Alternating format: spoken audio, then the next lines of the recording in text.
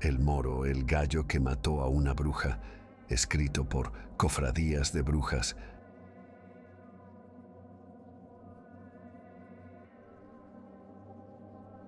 Soy Vicente García y hace mucho tiempo recuerdo que mi tata no creía en la suerte. Decía que todo debía ser voluntad de Dios. Sin embargo, siempre tuve la certeza de que algunos seres tenemos mucha suerte y que esa misma es un don de Dios y sería pecado no usarlo con sabiduría.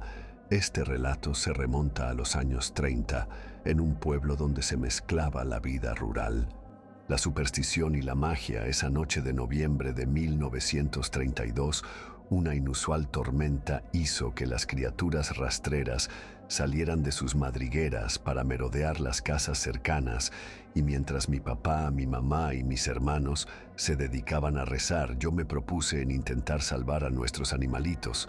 Todos me decían que si Dios quería se salvarían y si no, todos morirían ahogados o en las fauces de los animales del campo, pero yo no me resignaba en perder a mis queridos amigos animales, y fue como uno a uno fui sacándolos de sus corrales y subiéndolos al tapanco del granero. Incluso los burros y chivos, tercos y necios por naturaleza, pareciera que entendían que mi deseo era salvarlos. Desafortunadamente llegué demasiado tarde al granero. Mis gallinas se las llevaron los coyotes y el gallo murió defendiéndolas.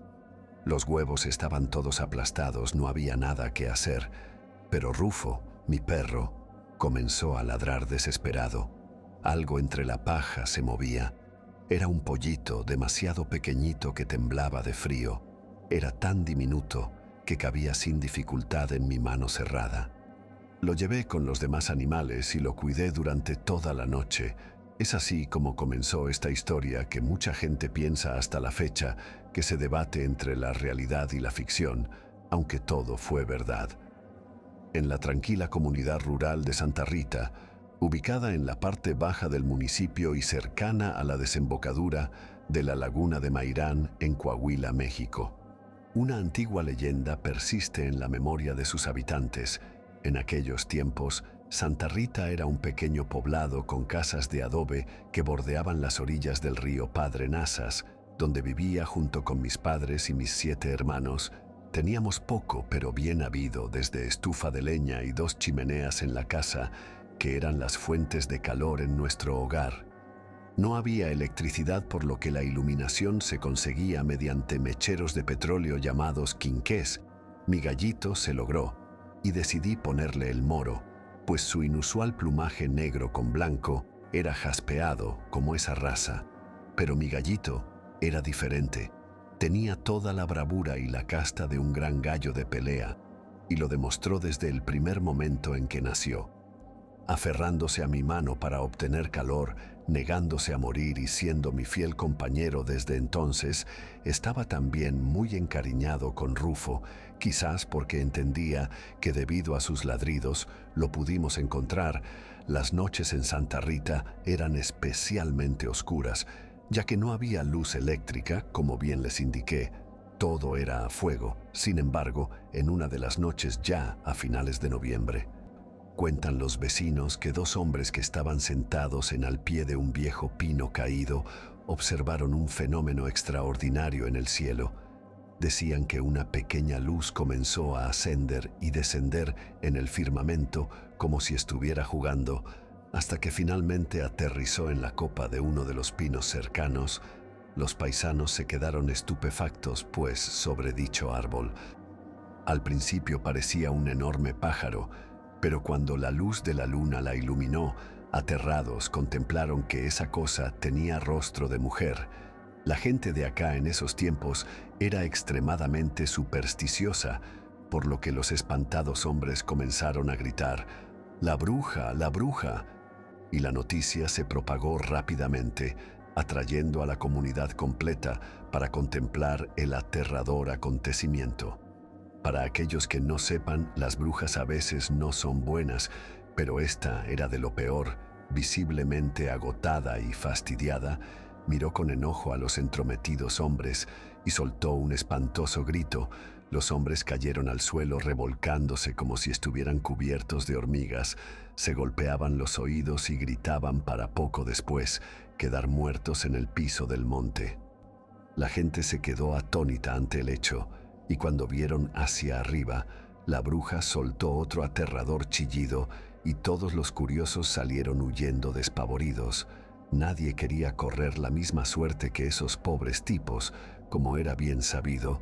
En esos días la superstición era una de las leyes que regían esas apartadas localidades de provincia, y aunque algunos no creían, testigos sobraban para dar fe que fue la bruja quien asesinó a esos pobres indiecitos. Pasaba el tiempo y el moro se hacía cada vez más fuerte, grande y valiente. De ese pequeño polluelo que encontré a punto de morir de frío, nada quedaba, conmigo y con Rufo. Era manso como un perico, pero no permitía que nadie se acercara a mí, si yo no se lo permitía. Era, yo creo, su forma de agradecer por haberlo salvado y criado como una mascota fiel y cariñosa. Pero las cosas en el poblado no hicieron más que empeorar desde ese momento. Las oscuras y frías noches plomizas que antecedían al invierno. Las calles se miraban mucho más oscuras que de costumbres. El ambiente lúgubre y siniestro era solamente la antesala de la maldad que asedió la comunidad por largo tiempo. Primero fueron los animales de corral. Nadie lo hubiera creído si no lo vieran con sus propios ojos. Incluso mi tata, que juraba y perjuraba que no creía en brujas, se quedó tieso una madrugada. Afirmaba que una mujer horrorosa, con rasgos de ave, se llevó volando a uno de nuestros borregos como si nada. Mi papá quedó traumatizado desde entonces. No lo culpo, él era maestro de escuela. Por lo que el contacto con el campo era más a fuerzas que de ganas. Mi mamá, por su parte, estaba embarazada de Laura, mi hermanita menor. Mis hermanos se dedicaban a la escuela mientras que yo, a pesar de ser el menor de todos ellos hasta el momento, pareciera que estaba habituado y hecho para esta vida, y era precisamente yo quien me hacía cargo de las cosas de los animales. Por eso le creía a mi padre. Yo sí crecí con historias de espantos y cosas raras que pasan por las noches en esas localidades. No fueron pocas las personas que contaban haber visto lo mismo que contaba mi padre. Las opiniones estaban divididas y eso causaba grandes discusiones en las juntas comunales, donde algunos decían que no era sabio meterse con la bruja, mientras que otros querían darle muerte, lo que era un hecho. Nadie tenía idea ni las agallas para hacerlo. El comisario ejidal, tratando de ser lo más diplomático posible, propuso crear una guardia en la que todos nos turnaríamos para cuidar de los vecinos. Sin embargo, eso no sirvió de nada y por el contrario, no hizo sino que la mentada bruja se enfadara aún más con el poblado de los animales de corral. Pasó a los caballos, luego a las mascotas y repentinamente vinieron los niños. En la casa comenzamos a preocuparnos, pues mi mamá había dado a luz en esos días lluviosos de invierno. Laura era la alegría de la casa, la segunda mujercita entre tanto varón, aparte de mi hermana mayor Claudia, por lo que era la princesa de la casa y mi prioridad, pues. Era de todos sabido que las brujas atacan especialmente a los recién nacidos. Una noche, la famosa guardia nocturna fue atacada por la susodicha bruja, dándoles una reverenda paliza y haciéndolos correr de miedo. La cosa se había tornado seria. Las noches siguientes no hubo patrullaje nocturno, pero yo estaba acostado en alerta en caso de que esa desgraciada ave de rapiña se atreviera a acercarse. Y si es verdad que era muy valiente, no dejaba de ser solamente un niño. Hubo un momento en que el cansancio me venció y de no ser por el moro, me habría quedado profundamente dormido. Mi gallo empezó a ponerse agresivo, a hacer esos cacareos como cuando piden pelea. como cuando ven a un rival y me pedía que lo soltara. Sabía perfectamente que algo no estaba para nada bien, pues los grillos y demás animales nocturnos guardaron silencio, un silencio sepulcral que junto con la mortecina luz de las lámparas de petróleo y la neblina de la madrugada, hacían ver todo tétrico y tenebroso, como si estuviéramos en medio de un cementerio. El moro corrió y le perdí la pista, pero Rufo no se fue siguiéndolo, y en ratos me esperaba para indicarme por dónde seguir. Luego el sonido de cristales rompiéndose, disparos y gritos hicieron que la sangre se me bajara hasta los talones. Rufo comenzó a ladrar desesperado. El moro ya no se veía, pero reconocía esos gritos. Eran mi madre y mi hermana, de eso no había la menor duda. Al entrar a la casa todo era un caos.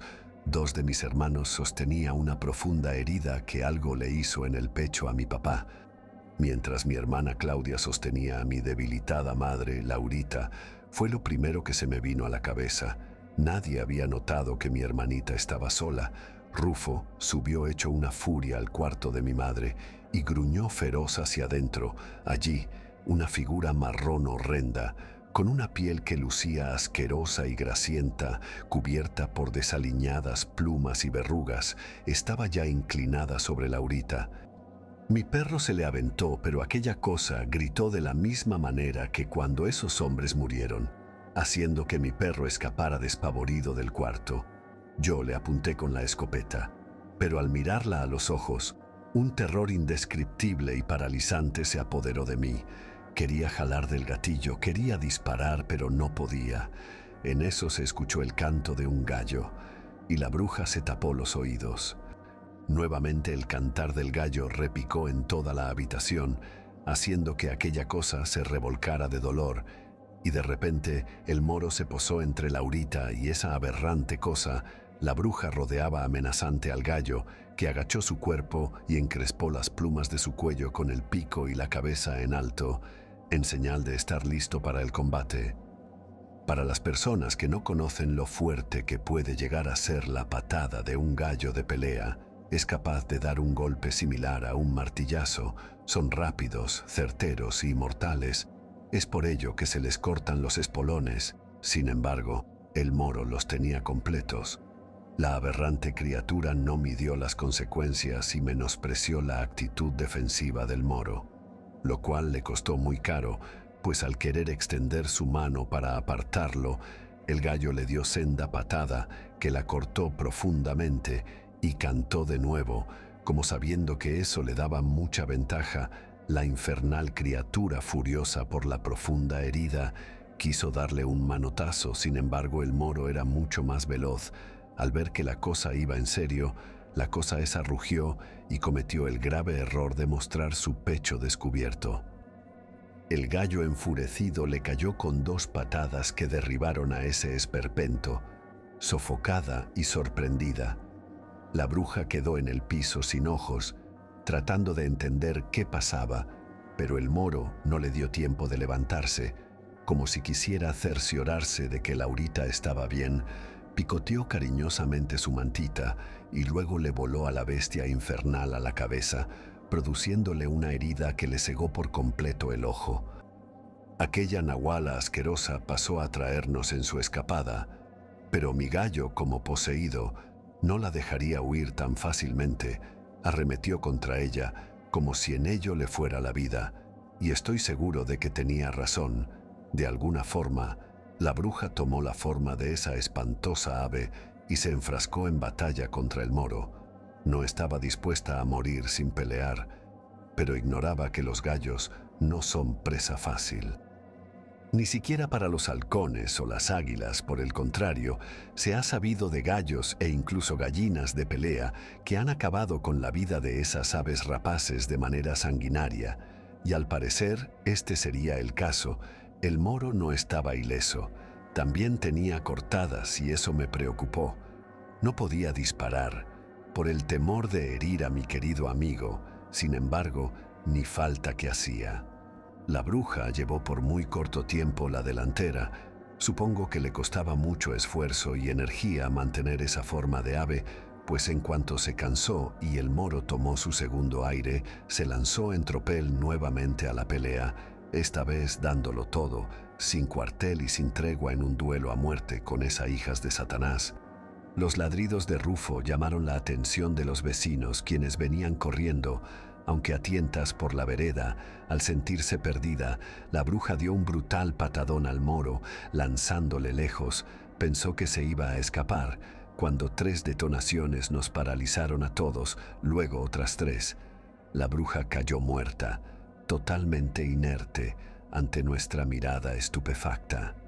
Fui corriendo hasta donde estaba el moro, pero ya no estaba.